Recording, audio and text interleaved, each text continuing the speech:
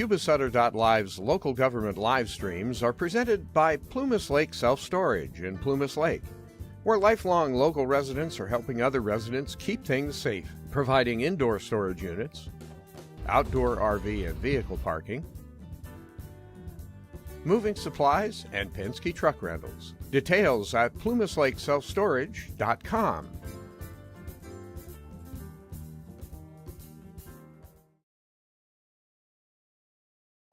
Indivisible, with liberty and justice for all. Thank you. Thank you. Next is roll call, Natalie. Supervisor Vasquez. Here. Supervisor House. Here. Supervisor Fuhrer is absent. Supervisor Bradford. Here. Supervisor Messick. Here. Thank you. Okay, I have a couple changes to the agenda this morning. First, we are removing item 566, the event sponsorship policy. And then we have received a request from the clerk of the board to add an urgent item to the agenda under the Brown Act, section 54954.2B2.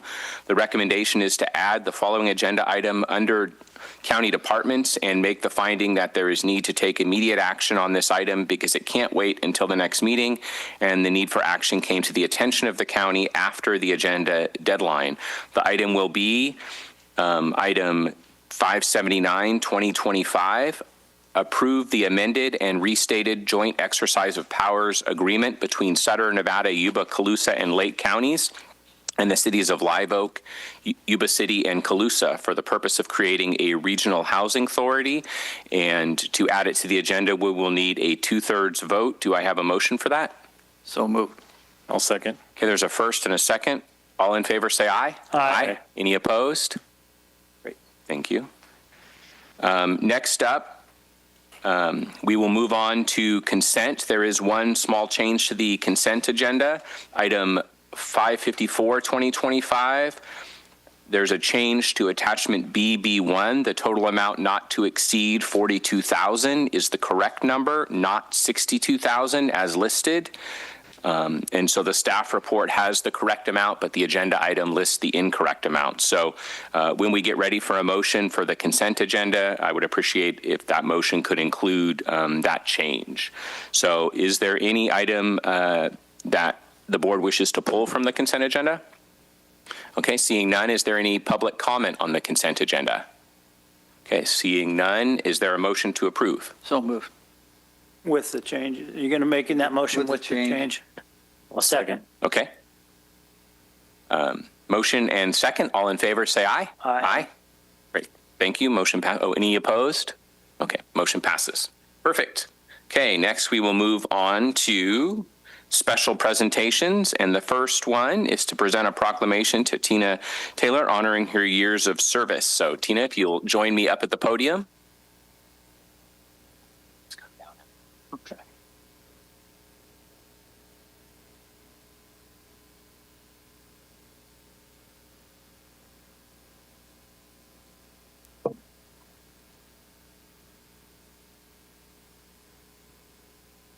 Board of Supervisors proclamation honoring Director of Child Support Services Tina Taylor. Whereas Tina Taylor grew up locally and after graduation from East Nicholas High began her career with Yuba County in April 1991, her first position was extra help clerk typist in the Family Support Division of the District Attorney's Office. And whereas Tina was hired as a permanent employee in October 1991 as a Family Support Officer 1, in November of 2000, Tina was promoted to a supervising family support officer, and in December 2001 became the senior supervising case manager for the newly created Department of Child Support Services. In 2004, she was appointed as interim deputy director of administrative affairs, and in March 2005, the position became permanent. For the last 20 years, she has served as the director for the office. And whereas during her 34 years of service to this county, she has overseen numerous changes within the department, everything from physical moves to program changes and technological advances. With each change, Tina's steadfast dedication to her employees never wavered. And whereas Tina has served this office with integrity, compassion, and a commitment to providing excellent customer service, her employees feel seen, heard, and understood. Throughout the years, she has coordinated many employee and family functions for the office. And whereas Tina's commitment to serve does not end with the county, she is also active in her community, from helping in her church to supporting local schools. Tina is now looking forward to spending time with her family, traveling, and taking up new hobbies. Now, therefore, be it proclaimed that the Yuba County Board of Supervisors hereby commends Tina Taylor for her 34 years of outstanding and dedicated service to the citizens of Yuba County and expresses heartfelt appreciation and best wishes for a happy, healthy, and fulfilling retirement. So, congratulations. I just wanted to say thank you for your dedication, 34 years with the county, and even more specifically, 20 years in your current position leading that department. And so, you have great dedication to the families and kids in this community, and it's appreciated. So, thank you. I'm truly thankful for all of the opportunities that I've been given throughout my career here. And I am truly, truly honored to have been able to serve the residents of Yuba County all of these many years, alongside some amazing people that truly care about the people that we serve, the job that we do, and that we care about one another as well. As I finish this chapter, I am doing so with a full heart, and I'm thankful for all of those that I've been able to work alongside. So I feel truly blessed. take a picture with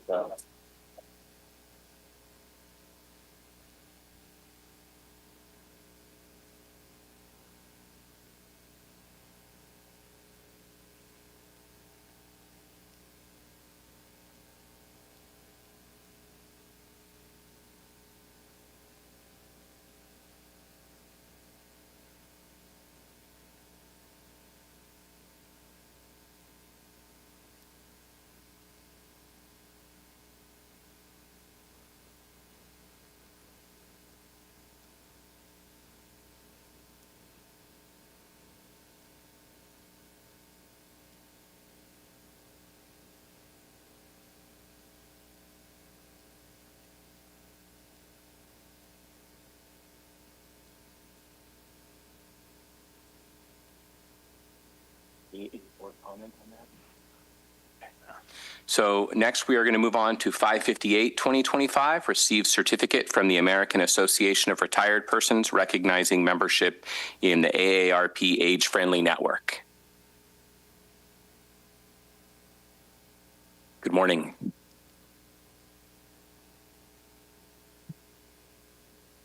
Good morning, Supervisors. My name is German Ayon, and I am a Program Manager with the Agency on Aging, Area 4.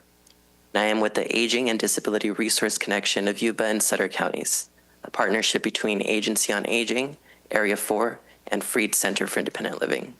I'm joined today by Carly Pacheco, the Executive Director at Freed, and Don Angelo, the Regional Director of AARP. It is an honor to be here today to celebrate a significant milestone for Yuba County. A few months ago, we presented to you about the importance of joining the AARP network of age-friendly communities. Your support was crucial in helping us move forward with the application process, and we are grateful for your leadership and encouragement. Over the past year, we have developed the local Aging and Disability Action Plan for Yuba and Sutter counties. LADAP is a product of a highly collaborative, data-informed, and community-driven process, engaging older adults, people with disabilities, caregivers, and local stakeholders to identify key priorities that directly impact the lives of older adults and people with disabilities. Through surveys, focus groups, and stakeholder meetings, we identified 5 strategic areas for action: affordable housing and emergency preparedness, transportation and community mobility, access to healthcare and caregiver support, food security and nutrition, social engagement, and livable communities. LADAP is more than a plan. It is a framework for action that aligns community resources with resident needs. Thanks to the dedication of our partners, Yuba-Sutter Meals on Wheels, Yuba-Sutter Transit, Yuba County Commission on Aging, Yuba City Commission on Aging, Sutter-Yuba Homeless Consortium, Yuba-Sutter Legal Center for Seniors, Seniors on the Go, the Blue Zones Project, Camptonville Community Partnership, OES, Hands of Hope, Yuba County Child and Adult Protective Services, Sutter Yuba Behavioral Health, and others. And your support Yuba and Sutter counties have now earned the AARP age-friendly designation. This recognition validates our collaborative work to create communities where residents of all ages live safely, stay healthy, and remain engaged. I am proud to hand this over to Don Angelo with the AARP to give an overview. Thank you. Good morning, Chair and Supervisors. My name is Dawn Angelo, and I serve as the Sacramento Regional Director for AARP.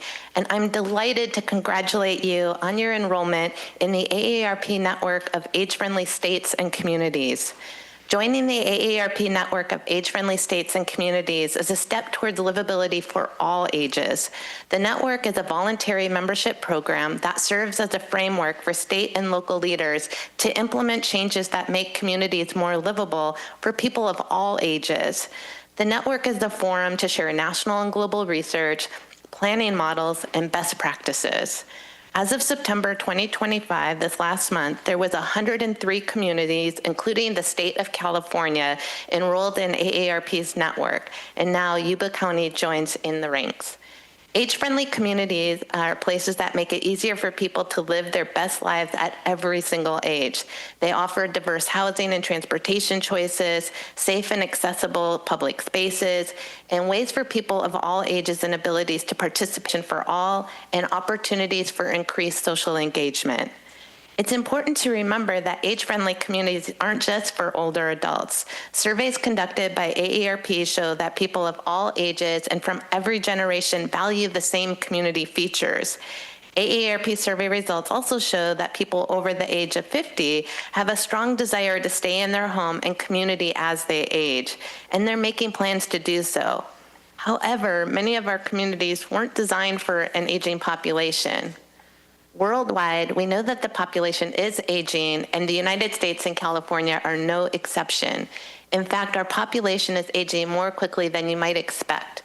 By the year 2030, it is projected that 1 in 4 Californians will be 65 and older. And by 2035, for the first time in our nation's history, the number of adults older than 65 will be greater than the number of children under 19. Enrolling in the age-friendly network provides a framework to prepare for this demographic shift. The 5-year process begins with a community needs assessment, followed by developing an action path. Both of these activities have been completed by the county, as you just heard German share. The county now enters the 3rd phase, which is to implement the plan and to track progress. The final year is an opportunity to evaluate the impact of the work and create a progress report. The report illustrates how the age-friendly work is transforming the social and physical environment in your community and impacting people's lives. Lastly, I also want to mention the other benefits of enrolling in AARP's age-friendly network. This includes access to technical assistance and national resources, invitations to exclusive age-friendly roundtables where topics aligned with age-friendly planning are explored, along with the opportunity to connect with other network members. And lastly, members are informed of grant opportunities, including the AARP Challenge Grant. Since 2017, AARP has awarded over 1,700 projects through Community Challenge grants to nonprofit organizations and government entities. So we appreciate your commitment towards making Yuba County a more age-friendly community. Thank you. Thank you.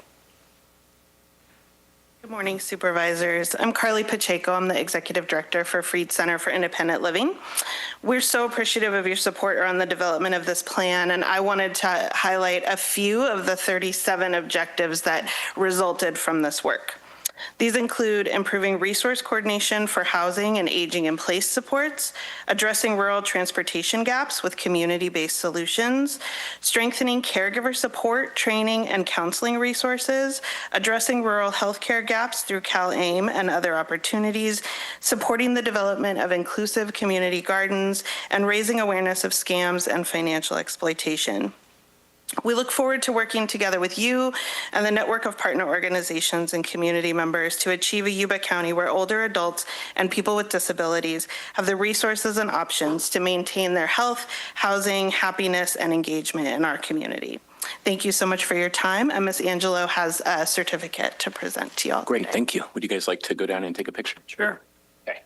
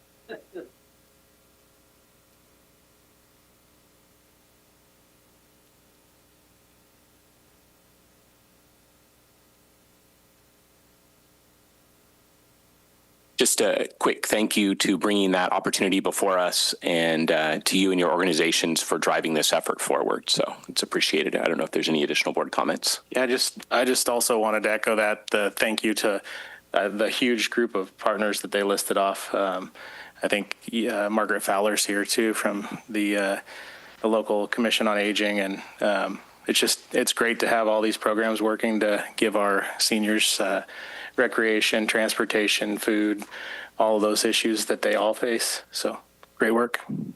Yeah, I'll add to that too. And also Camptonville Community Partners are here in the back. Kathy, thanks. Awesome. Okay.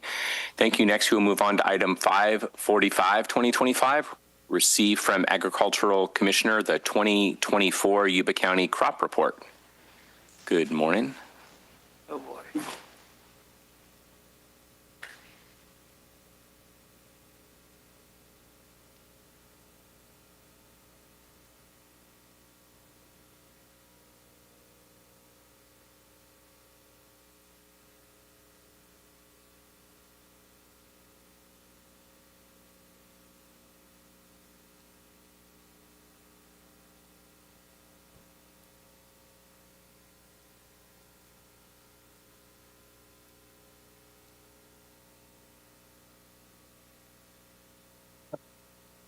Good morning, Chairman Bradford, honorable board members, Stephen Scheer, Ag Commissioner. First of all, I'd like to thank the board and the CAO's office for your continued support of our department. And I'm here to present the 2024 crop report. Feel free to take the opportunity to ask questions during the presentations, but there should be plenty of time afterwards as well.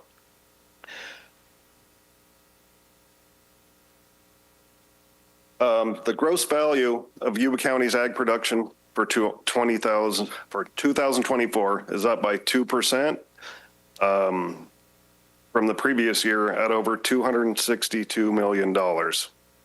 Ag production in Yuba County increased slightly, with the most notable increases in walnuts, almonds, and prunes due to increased prices.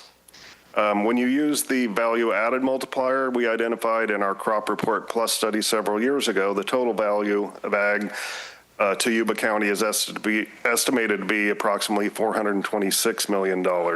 And this would be due to the value added to the economy and jobs, local processing, and other economic multipliers. 1 in 11 jobs in Yuba County is directly attributed to agriculture.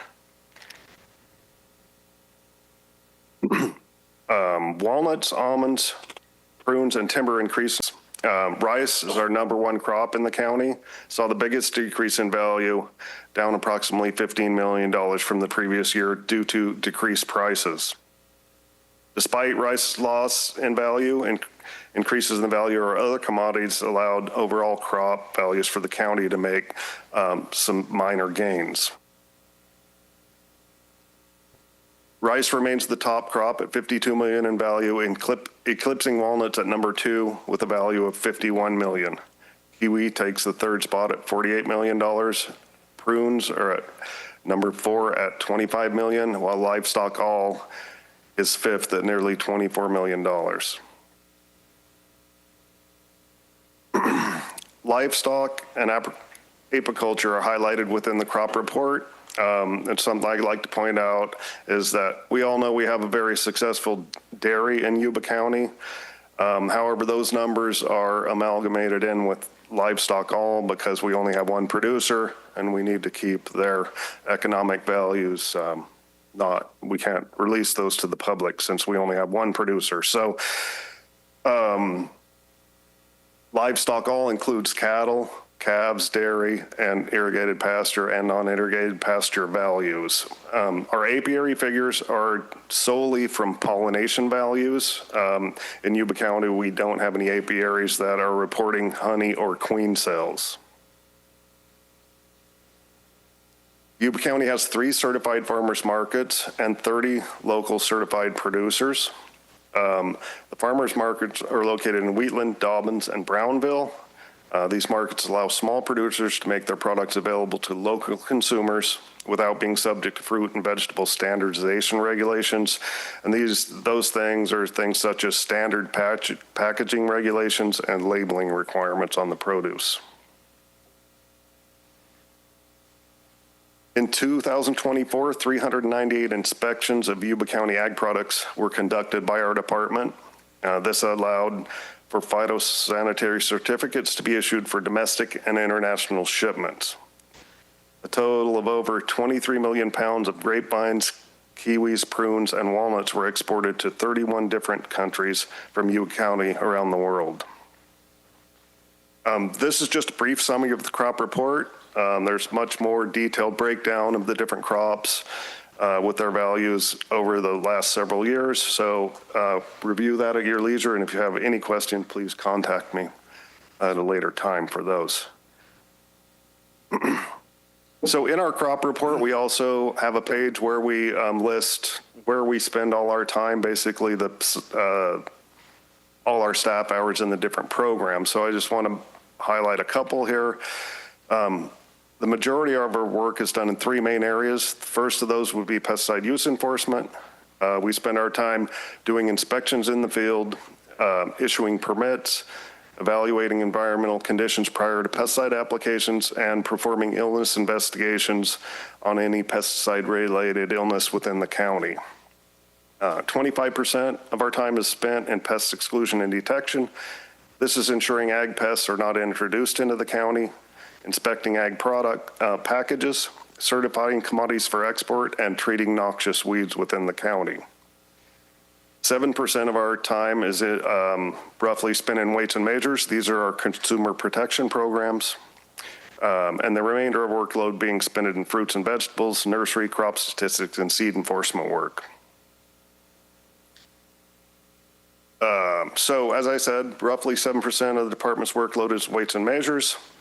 These programs, we're enforcing the accuracy of gas pumps, retail scales, electric meters, and any other commercial weighing or measuring device within the county. These programs include device registration, quantity control, price verification, service agent, weighmaster, and petroleum. Those are a little small, but so we have 173 registered establishments within the county, and within those we have 2,533 commercial devices. Of those, the vast majority are certified and sealed as accurate by our office on a yearly basis. So in conclusion, I'd like to thank Steve Anderson from our department, who compiles and edits the crop report data, as well as the rest of the staff that contributed gathering data, proofing the document, and providing culture. A press release will be issued shortly regarding the availability of the crop report and will be posted on our website today. Some segments for ag industry are doing better than others, but the diversity of ag in Yuba County allows it to weather adversity and provide stable economic benefits for the county.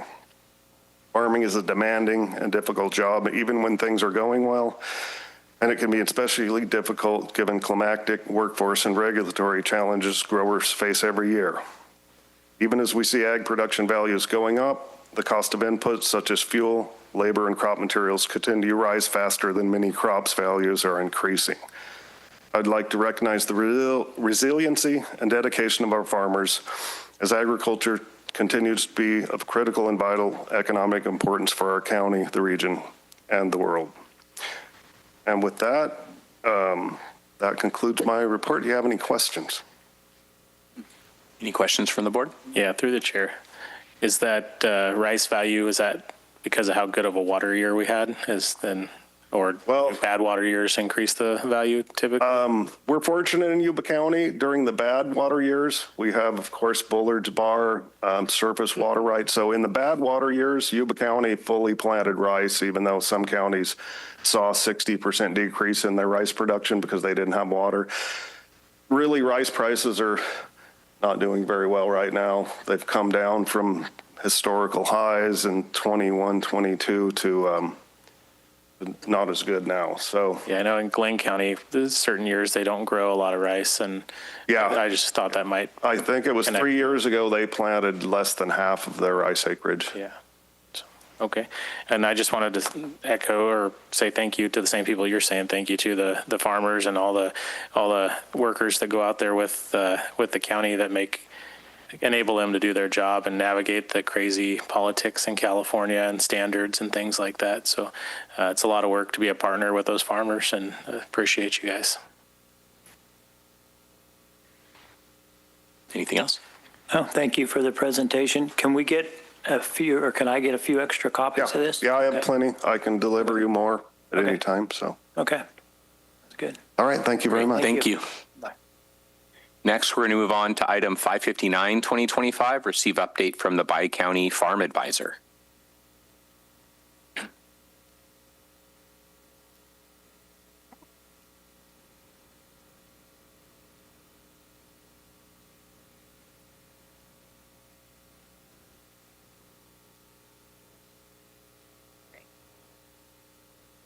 Technical help here. Sorry.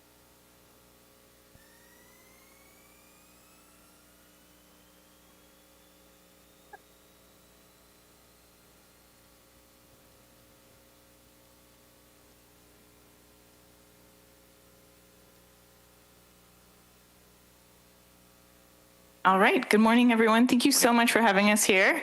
I'm Whitney Brim-DeForest. I'm with the University of California Cooperative Extension, also known as Ag Extension, or the Farm and 4-H Advisors.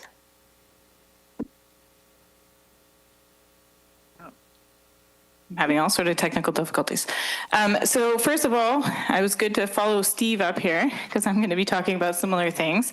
But just quickly, I wanted to cover what is cooperative extension. A lot of people aren't familiar with us. I like to think of us as your friendly neighborhood scientists. So that's kind of how I phrase it. So in California, we are with the Division of University of California Ag and Natural Resources, and so we deliver the land grant mission. So just to give a little bit of background here, so land grant universities were established by Congress in 1862, and here in California, that's the University of California. We were created in 1868 here. And then in 1887, Congress authorized the ag experiment stations. So those in California were actually UC Berkeley first, and then followed by UC Davis.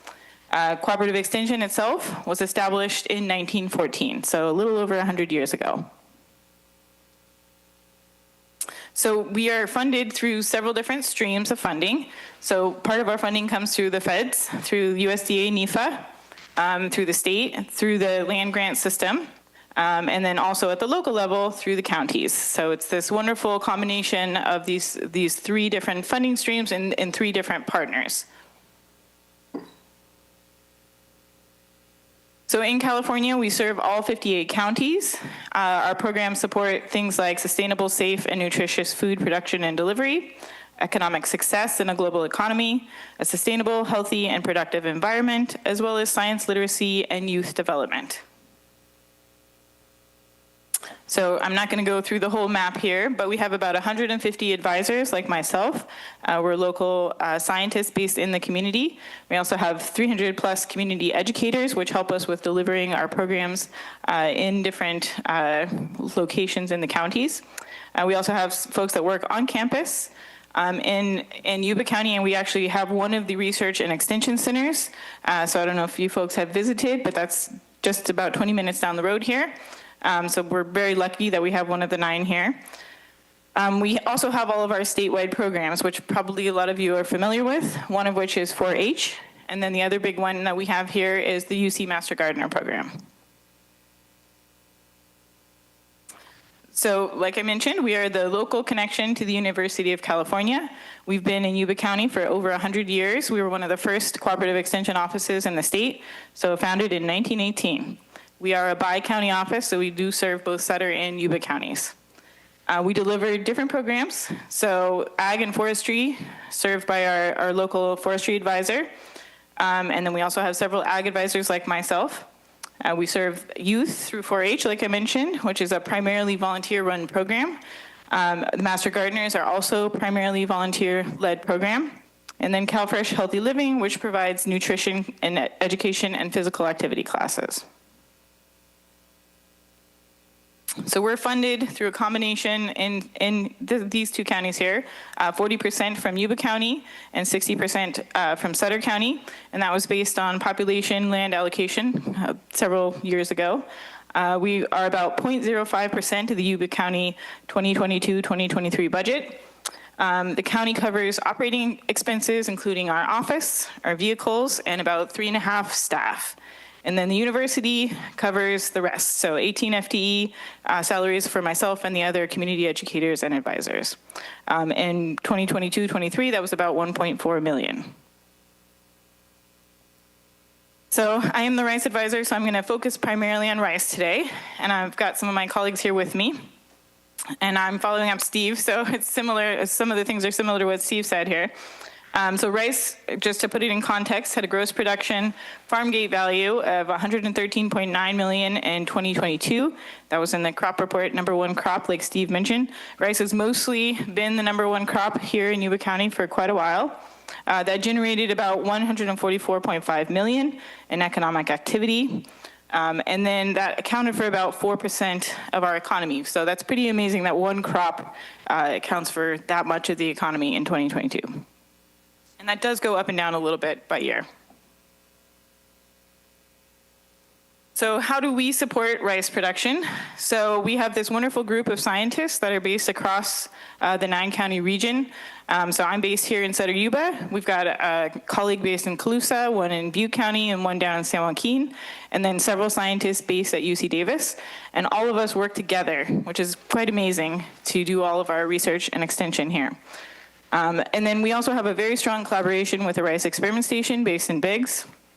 We have the support of the California Rice Commission, as well as the California Rice Research Board. And then we have a very strong collaboration with the Ag Commissioner's Office here in Yuba County as well.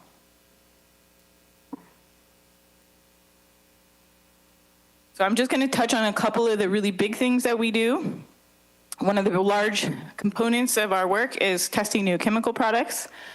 So just to put it in context, it takes about $301 million in investment and about 12 years to bring a product to market, from conception to market. So over the course of the 9 years that I've been here, we've tested more than 20 products. Some of those have been brought to the market. We work in collaboration with chemical companies, the EPA, as well as DPR. We test varieties across the state as well. Those varieties are developed by the Rice Experiment Station. And we've been doing that for over 50 years, and those varieties are used on 95% of the planted acreage. And some of those trials are also here in Yuba County.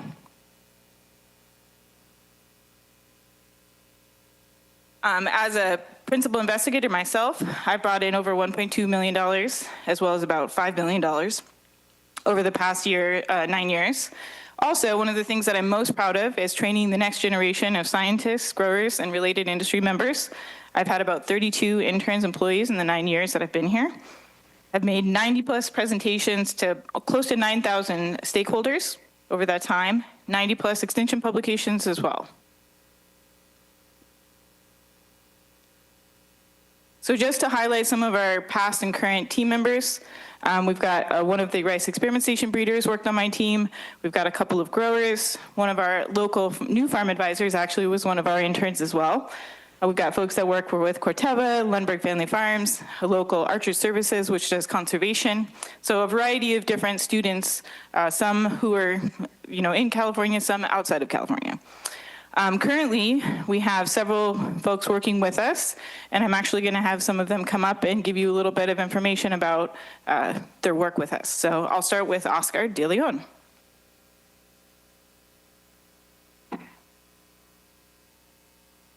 Excuse me, my slides were put backwards, so I'm going to come back briefly discussing about myself. My name's Oscar De Leon Jr. I'm originally from the Coachella Valley in Southern California. I transferred from my local community college, College of the Desert in Palm Desert, where I earned my associates in plant and soil science. I'm now continuing my education here at Chico State in plant and soil science with a major in crops and horticulture option. My UCC experience was hands-on research in the rice systems, including herbicide trials, pesticide monitoring, and outreach programs. My future goals are to pursue a master's degree in plant and soil science with an interest in crop management, weed science, plant breeding, and genetics.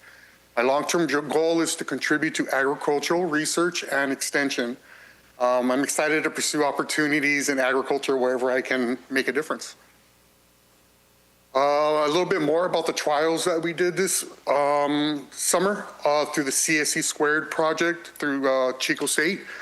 It allowed me to gain hands-on experience with the UCC, working with the UCCE researchers. Our trial focuses were on improving weed and pesticide management to help local growers protect yields and maintain sustainability. Learn how to apply these research directly supports farming communities and addressing real-world challenges. Develop professional and technical skills that strengthen my goals in pursuing a master's degree in agricultural research. And I'm grateful for the opportunity I had to spend time working with Dr. Whitney Brim DeForest this summer and the UCC Rice team. So thank you very much for that opportunity. Thank you. Thank you.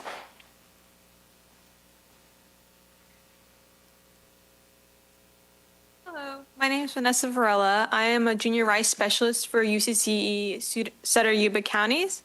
And I'm here just to introduce myself and just talk about a little bit about UCCE. So I'm originally from the Central Valley, born and raised there. My family's grown sweet potatoes down there for generations. I originally went to Atwater High School. During my career there, I was involved in FFA for all 4 years, and I was able to actually take college courses at Merced College at the meantime while pursuing my high school career. And after graduating, I was accepted into CSU Chico. So I started my career there as a crops and horticulture science major and received my bachelor's degree. My original plan was to become a PCA, but during my last year of my career, I was more involved in research-based courses, and that's why I was introduced to Whitney Brim DeForest, and that's how I got my opportunity to work as an ag intern at the Butte County with Luis Espino. So a little bit about working at UCCE.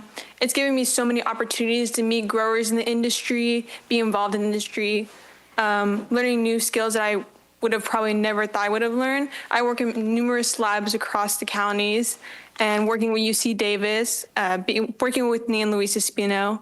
I've been able to work on trials on weed-based problems and also insect-based problems.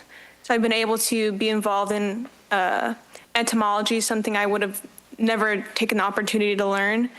And working with UCCE is giving me many opportunities, but especially now that I've been able to present and work on research. And now after working with UCCE and Whitney Brim DeForest, I've been given the opportunity to actually pursue my master's degree in the fall of 2026. So I'll be pursuing that.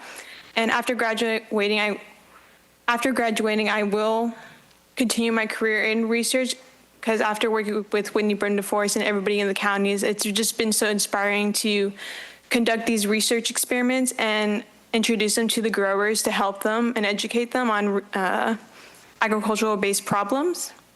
And thank you. Thank you. Okay, and that's it from us, but we just wanted to say thank you again to the Yuba Board of Supervisors in Yuba County for 107 years, actually, of supporting us in Yuba County. And that's Great. it. Thank you. Questions and comments from board members? I just wanted to thank and recognize Whitney for all the work she does, because you were filling in as the area director, right, for quite some time? Yes, I was, yeah. And so they've hired a new area director, which is I don't know how to say it. Yeah, Alawalia, yeah. There we go. Who's awesome too, but lots of hats that she wears, and she's engaged with the youth, she's engaged with the farmers, and then all this research that I don't know how you have time for, but Thank you. And looks like grooming the next level of workers. So good work. Well, thank you so much. Thank you.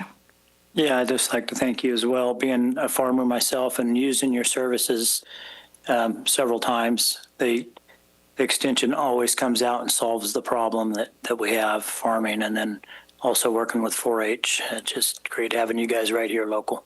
Well, thank you so much. Thank you. I just want to thank you for your work and also for the presentation. I especially enjoyed the deep dive kind of in Rice and also hearing from the students. So I don't think we've had that opportunity before, at least not that I can remember. So I did have one question about the CalFresh Healthy Living program that you mentioned. Do you guys work at all in collaboration in partnership with Blue Zones? It sounds like there might be some opportunity We there. do, yeah. Actually, CalFresh and Master Gardeners actually have both been working with Blue Zones. Awesome. Great. Yes. Appreciate that. Okay. Anything else? Okay. Thank you very much. Thank you so much.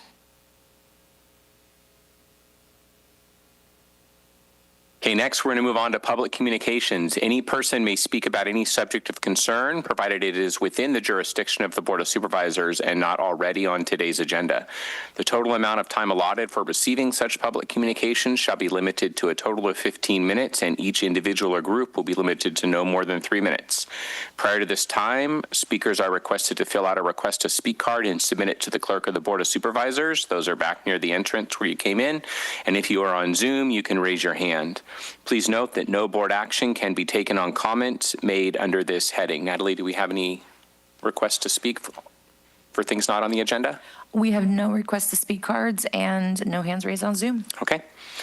Then we will move on to county departments. All matters listed under county departments are action items, which will be considered and voted on separately. And we will start with the item that was added to the agenda, 579-2025. Just as a reminder, the item is approve the amended and restarted joint exercise of powers agreement between Sutter, Nevada, Yuba, Colusa, and Lake counties and the cities of Live Oak, Yuba City, and Colusa for the purpose of creating a regional housing authority.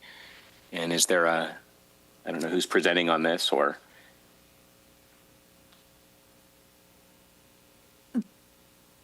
Okay. Chair, Clerk of the Board, Mary Pasillas is on Zoom. Great. To the chair, I would just like to go ahead and mention that this item was brought to our attention yesterday, and it is, as stated, it is an amended and restated JPA. What the Regional Housing Authority is doing is they are going ahead and adding Lake County also to the JPA. And then another change that was noted is that it's just on the non-members and the elected members. The elected members now will be serving a 1-year term, and the non-members will be serving a 4-year term. Those are the changes. Okay, great. Thank you, Mary. Any questions or comments from staff or board members? Okay. Could I make one suggestion that should the board decide to make a motion on this item, could you include with any changes approved by county council in the event there's something that we discover needs to be changed in the wording? And through the chair, I do have one question. Yes. I was planning on asking to be appointed to this next year. So will our appointments that we have on there currently serve for 4 years, or are they just 1-year appointments? People who are serving in lieu of us. So that's a good question. I know that in my experience, the chair of the board, with concurrence of our board, has had the authority to make those appointments on an annual basis. So I would assume that we would be able to do that, but I don't know if anyone's going to. And then that includes both. In practice, that has included, in my experience, both board members and non-board members that are appointed by this board, that we have the opportunity to change those appointments on an annual basis. I know that doesn't necessarily align with what it sounds like is in the JPA, but again, that's what we've done in practice. So I don't know if there's any comment on that or. That's the agreement. Yeah. Could you repeat what the question was? I've got the agreement up now to look at it. So each year we could either put elected on the board or we could appoint from other people. Right now we have others serving in lieu of us. Are we still going to be able to appoint that annually? I'd like to serve on this board in the future. So I just want to make sure before I. Yes, this provides that the electeds would serve for a 1-year term. And so who's our elected right now? We appointed Andy and Dawn. Okay. And so when when does Supervisor Vasquez, when does his term? So in practice, we have made those appointments on an annual basis as part of our committee assignments that we do. And so I know that the JPA agreement maybe specifies a 4-year term and a 1-year term, but in practice, we've made those appointments annually. That coincides with the JPA agreement that says elected members are going to serve for 1 year beginning on January 31st of each year. So it appears that in January, your board would appoint its member. Well, the board's 2 members. 4 members. Well, but the currently you have the non-elected member, former Supervisor Blazer, is that correct? So in practice, in the past, we've had the opportunity to appoint two elected members, 2 non-elected members, or 1 of each. It was kind of at the discretion of the chair of this board with concurrence from this board, who we appointed to regional housing. And so it wasn't specifically one elected and 1 non-elected. It just depended on the pleasure of the chair and the board as to who we appointed on an annual basis. So you're wanting to have 2 electeds now on? I think the question is confirming that we have the ability to do that should we wish to in the future. Yes, you can have 2 electeds. If you currently have a non-elected serving in the 4-year term, I suppose you would need to conclude his term, remove him as your member if he still has remaining years in his term, if you're going to put a different member in. Okay. Through the chair, I don't believe we can remove somebody, right? Because I asked to remove somebody that I appointed to a different board, and they said no. Once we appoint them, they can't be removed.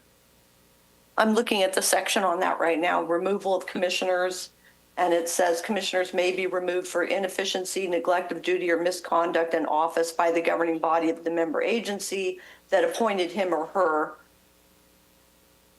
or in the case of a tenant represented by the Board of Commissioners. So that may be the case that you wouldn't be able to remove your non-elected and put in an elected. So I would just say that I wouldn't support this with the 4-year term in there, just because of that fact that will prevent one of us from, if 2 of us wanted to serve on that commission, that would be a great asset to our community. In the past, they've allowed others to serve in their place, and that's what we did this year, but that was with the expectation of that being 1 year. Well, your board could not approve this and send back your requested changes to the Regional Housing Authority. Could our board also, I assume the answer is yes, but I just want to clarify because I know it sounds like the primary thing here is to include Lake County. And so maybe I would suggest that if the board agrees that we would approve this amendment and with one of those changes, but not the other, if that. So approve the amendment to include Lake County, but send back that we do not approve of the 4-year term. 4-year terms for non-electeds and 1-year terms, that we want to continue to have the discretion on an annual basis of who to appoint as the Yuba County representatives. I'll make that motion, as Carrie just read it. Okay, we have a first and a second. Any public comment on this item? Okay, seeing none, all in favor say aye. Aye. Great, thank you. Motion passes. Next up is 568-2025, County Administrator. Approve employment agreement with Patricia Bartlett for the position of Director of Child Support Services effective December 1st, 2025, and authorize Chair to execute. Morning, Kevin. Yes, good morning, Chair, members of the board. Kevin Mallon, County Administrator. Hopefully my item is a little smoother and less controversy. So as the board is well aware from our special presentation this morning, we have Tina Taylor retiring at the end of November. And we luckily, as a department, well, actually as a whole agency, I think we do a good job of growing our future leaders. And in this case, we feel that we've grown a future successor to Tina and Patricia Bartlett or Patty Bartlett. And so the item before the board today is to approve an employment agreement with Patty. And the employment agreement is our typical format for when you have an at-will appointed position. It outlines the term, compensation, et cetera, for the employment. And I'd be happy to answer any questions the board has about the agreement. Any questions or comments from board members? Okay, any public comment on this item? Okay, seeing none, is there a motion? Second. Through the chair, I apologize. There is a hand raised on Zoom. Richard K. Okay.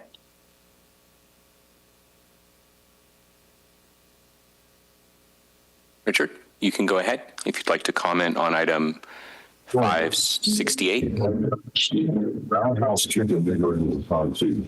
Slam under the trash can. Intensified filthy blacks. Concentrated in the city. Lost areas under the sun. Still flying members on that. House niggas in the act of those things. You don't even get to it. There's gas. We're not able to understand, sir. It's muted him since I'm not sure. Okay. So, any additional public comment? None. Okay. All in favor, say aye. Aye. Any opposed? Great. Motion passes. Next up is item 376, 2025. Community Development and Services adopt resolution amending the permanent local housing allocation program application and plan, accept grant funds in the amount of $1.6 million and change, subject to the terms and conditions as specified in the standard agreement and guidelines, and authorize the Community Development and Services Director or designee to execute and any and all related documents upon review and approval of County Council and Risk Management. Wow, that's a long agenda item. Good morning, board members. Morning. I'm Ian Scott, CDSA project manager, here to discuss the resolution to amend the county's current permanent local housing allocation program 5-year plan as required by the state of California. The first two program years, financial year 2019-2020 and financial year 2020 to 2021 were awarded as the result of a request for proposals, while the financial year 2021 to 2022 funds are subject to a future RFP for which staff will return to your board to approve the contract. These first 3 funding years out of the 5 are under PLHA Activity 1, which is for pre-development, development, acquisition, rehabilitation, and preservation of multifamily, emphasis on multifamily, residential, live, work, and rental housing. The staff report also provides a table that breaks down all 5 funding years. The state of California is requiring that we change the last 2 years, financial year 2022 to 2023 and 2023 to 2024 funds from PLHA Activity 1 to PLHA Activity 2 in an attempt to help the state meet their affordable owner-occupied workforce housing goals, which is it's something that we'd recently heard about. I guess the state had their own internal metric for how much of this funding they wanted allocated to that purpose, and now they're sort of telling everybody that we have to change it to help them try and meet that goal.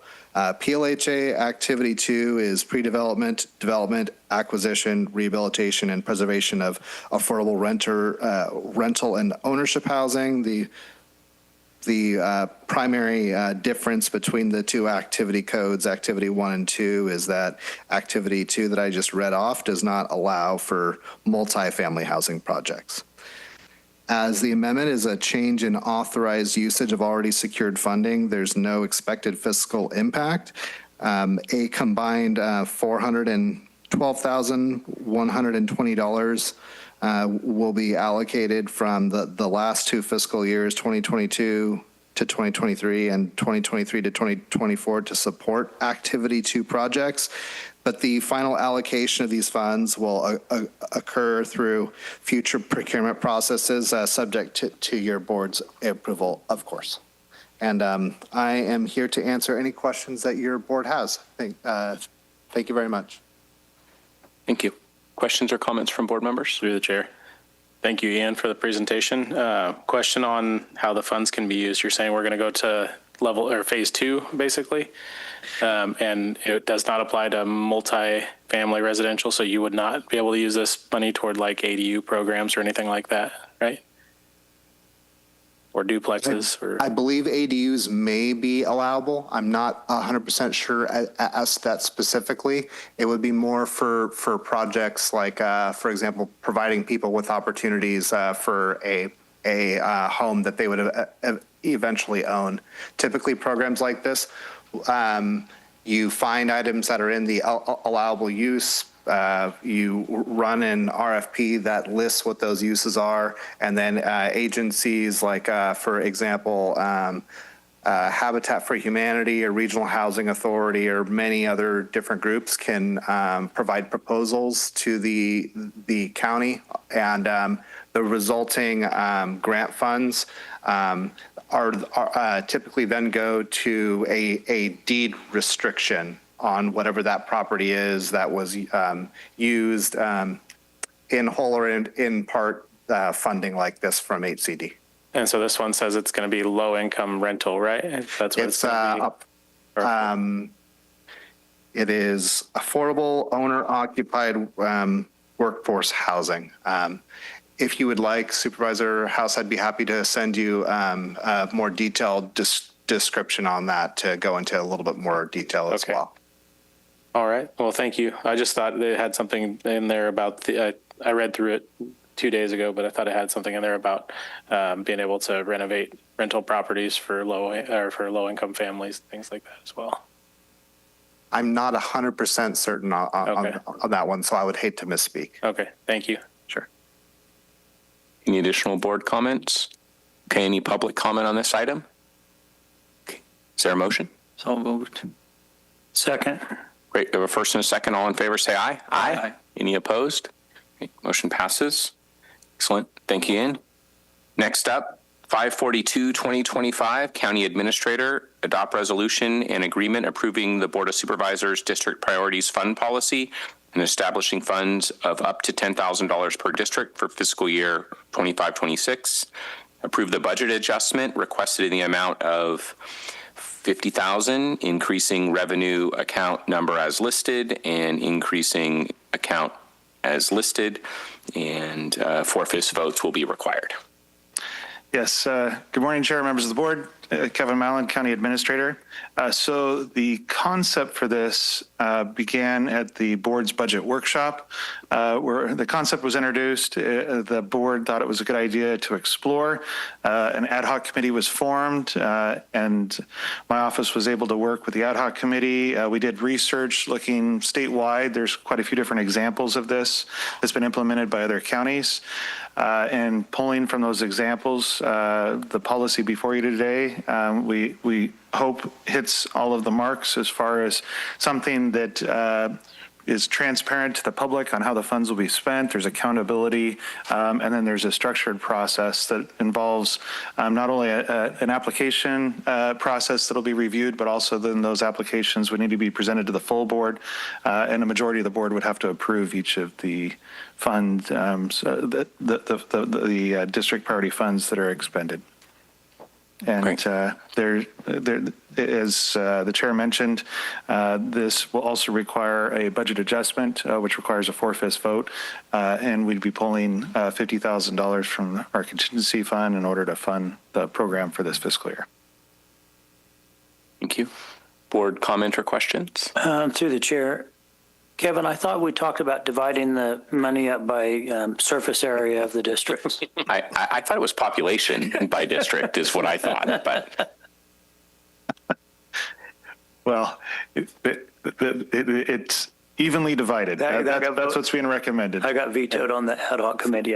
But it does allow, the policy is very clear that a board member could definitely share with a fellow board member.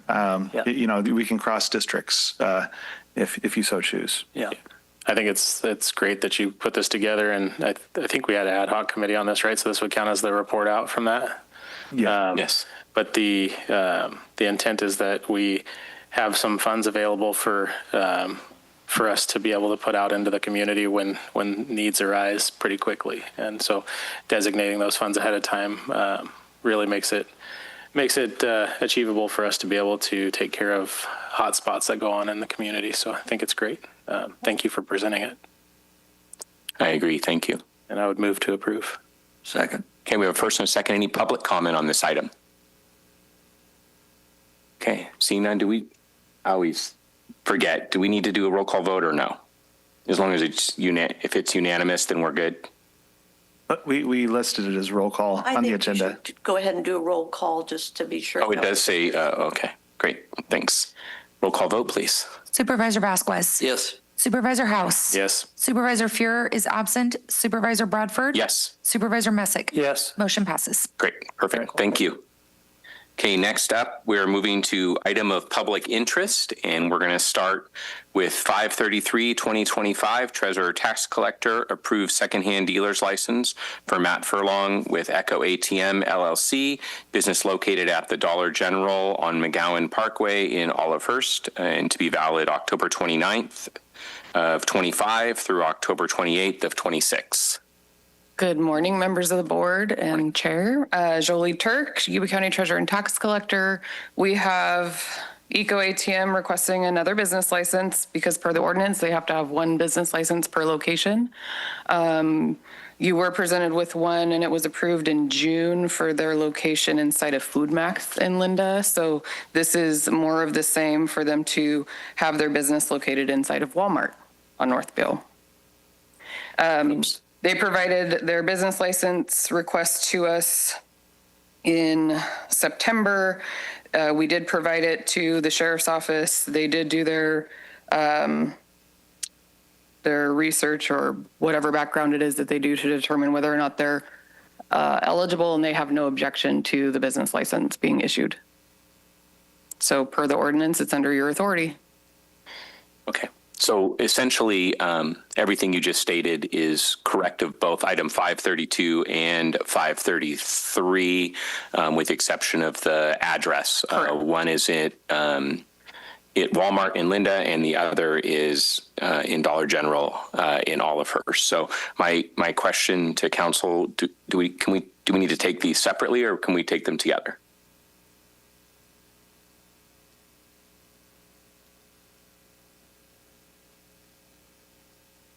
I guess just an abundance of caution, do them separately. Okay. And that's why we agendized them separately, just because this is the only company that we've ever had do this. And so out of an abundance of caution, we listed them separate. Okay. So any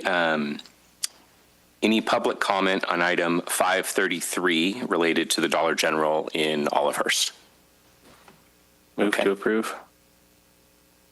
Okay, there's a first. Is there a second? Any board comment? Okay, seeing none. All in favor, say aye. Aye. Any opposed? Great. Okay, next, item 532. We've already heard the presentation. And so any public comment related to the item for the Echo ATM inside Walmart? And seeing none. Move to approve. Okay. Move to approve. Second. First and a second. All in favor, say aye. Aye. Any opposed? Great. Thank you, Jolie. Thank you. Next up is ordinances and public hearings. If you challenge in court the action or decision of the Yuba County Board of Supervisors regarding a zoning, planning, land use, or environmental protection matter made at any hearing described in this notice, you may be limited to raising only those issues you or someone else raised at such hearing or in written correspondence delivered to the Yuba County Board of Supervisors at or prior to such hearing. Public comments will be limited to 3 minutes per individual or group. And we have one item under ordinances and public hearings. It is 560-2025, Community Development and Services Ordinance, hold public hearing waive second reading and adopt ordinance amending section 10.05.140 of chapter 10.05 of the Yuba County Ordinance Code relating to building standards and construction. Good morning, Chair, members of the board. Dave Maddox, Chief Building Official. The item before you is the ordinance amending chapter 10.05 of the Yuba County Ordinance Code. As mentioned during our October 14th meeting, this is a routine update we carry out every 3 years. The proposed amendment simply updates our county code references so they align with the new 2025 code. I do have one additional note. As you may recall, during our last meeting, Supervisor House had requested our field inspection guidelines be updated and made available to the public, and I'm happy to report that those guidelines are now posted on our website. So with that, I recommend the board waive second reading and adopt the ordinance amending section 10.05.140 of chapter 10.05 of the Yuba County Ordinance Code. I'm happy to answer any questions. Any questions from board members or comments? Through the chair. Thank you for updating that. Appreciate it. It's helpful to anybody that's trying to navigate the code. Good. Do we have to open a public hearing on this? Okay. I'll open a public hearing. Is there any public comment on this item? Okay. Seeing none, I will close the public hearing and entertain a motion. So moved. Second. Okay. First and a second roll call vote, please. Supervisor Vasquez. Yes. Supervisor House. Yes. Supervisor Fuhrer is absent. Supervisor Bradford. Yes. Supervisor Messick. Yes. Motion passes. Great. Thank you. Okay, next is correspondence, and there are 4 items as listed on the agenda, and then we'll move to board and staff member reports. Supervisor Vasquez. That last week in San Diego for Cal LAFCO, an enlightening experience, and I don't recommend you go there. Thank you. Supervisor House. Yeah, just tons of meetings. Everybody's trying to rush everything in right before the holiday season starts. So every night of the week there's a different board meeting, but or every day too. But I did want to invite everybody to come out to Scarysville this Friday on Halloween. We're going to be out there from 5 to 7 serving the public and the kids. Free event, lots of candy, like 3,000 pounds of candy, and Kiwanis going to be barbecuing hot dogs, and just tons of activities for the kids. Paragon School is going to be there.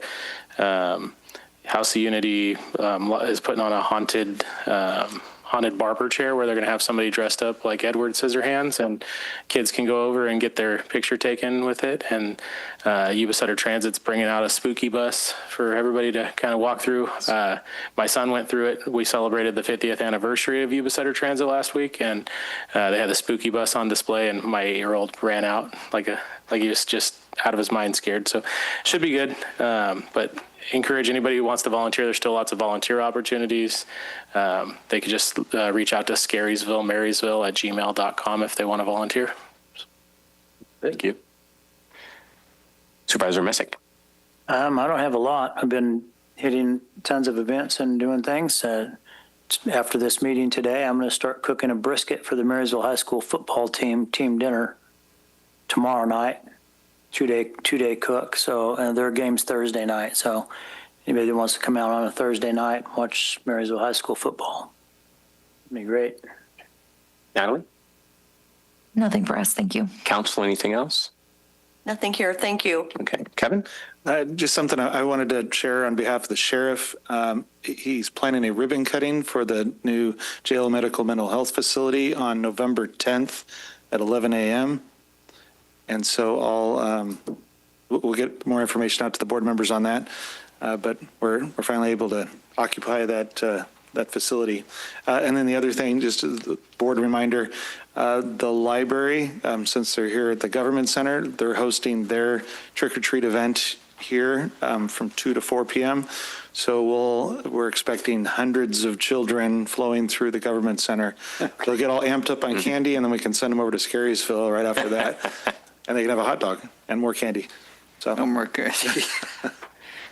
Awesome. Okay, I've got a few items. First of all, the Plumas Lake cleanup in partnership with Yuba County and Recology happened last weekend. Even though it was a little soggy at the beginning, there was a great turnout and it was well organized and well run. And so big shout out to both Recology and Public Works for their dedication for being out there, especially in the rain. Also, last night was an exciting night in Plumas Lake. We had the groundbreaking for the Plumas Lake Middle School, for phase 1 of the Plumas Lake Middle School.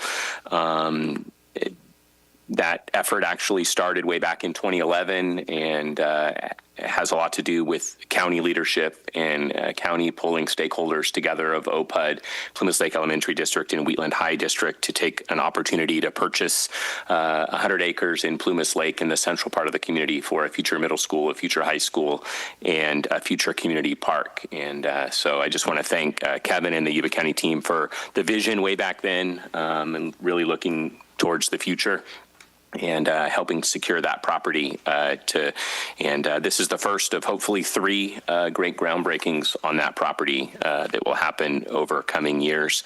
And it is the first school in Plumas Lake built since about 2007, 2008, and there's been obviously significant growth in the community since then. So it's desperately needed, and it'll be great. It'll house, it has 16 classrooms, a cafeteria, and an office, and district isn't sure what grades they're going to put there initially, but eventually with construction in the future, it will be a full-fledged middle school. So, and then also speaking of trunk or treats and Halloween festivities in Wheatland, from 1 to 3 on Halloween is the trunk or treat at Settlers Village. So, with that, Can I add one thing, Gary? So tomorrow night at the 530 building over here, the Yuba Water Agency is having the Yuba County Flood Risk Awareness and Preparedness Town Hall meeting. So I wanted to give that a shout out. I'll be there in attendance, but anybody that wants to participate in that should be a great event. Thanks for that reminder, John.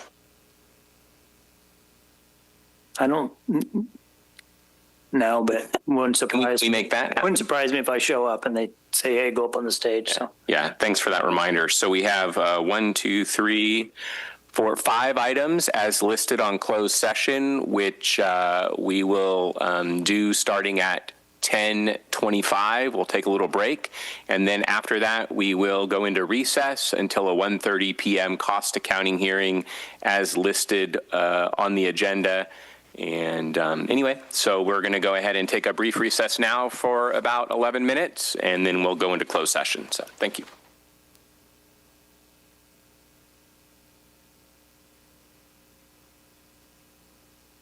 Recording stopped. Yuba-Sutter.LIVE's local government live streams are presented by Plumas Lake Self-Storage in Plumas Lake, where lifelong local residents are helping other residents keep things safe, providing indoor storage units, outdoor RV and vehicle parking, moving supplies, and Penske truck rentals. Details at plumaslakeselfstorage.com.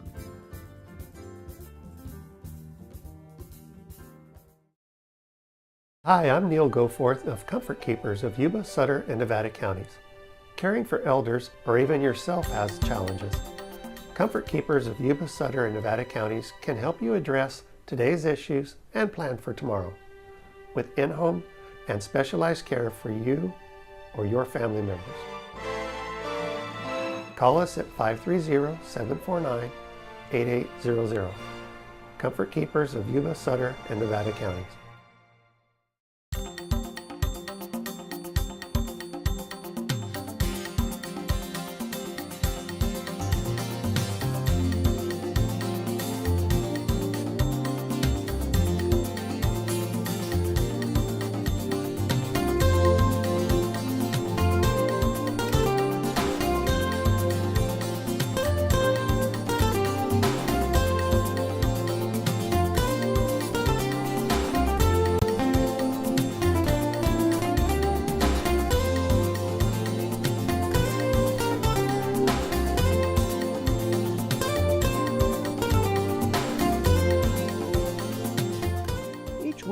Local governments and schools make important decisions that have short-term and long-term impacts on our community, and quite possibly on you. Yuba-Sutter.LIVE makes it easier for you to know what's going on. We live stream up to 4 local government meetings every Tuesday, important special meetings, Oliver's Public Utility District's monthly Thursday meetings, and town halls. To make it easier for you, we pull out informative sections and present them individually. For Your Information, our new series that posts Wednesdays right here on Yuba-Sutter.LIVE. Subscribe to our YouTube channel, like and follow our Facebook page so you know when we're live and when we've posted something new. For Your Information, local government meetings made shorter. Posting Wednesdays here on Yuba-Sutter.LIVE.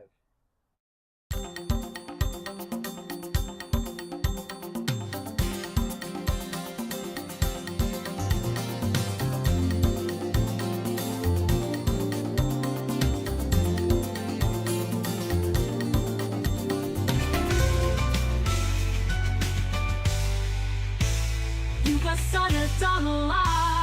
It's the truth that comes through.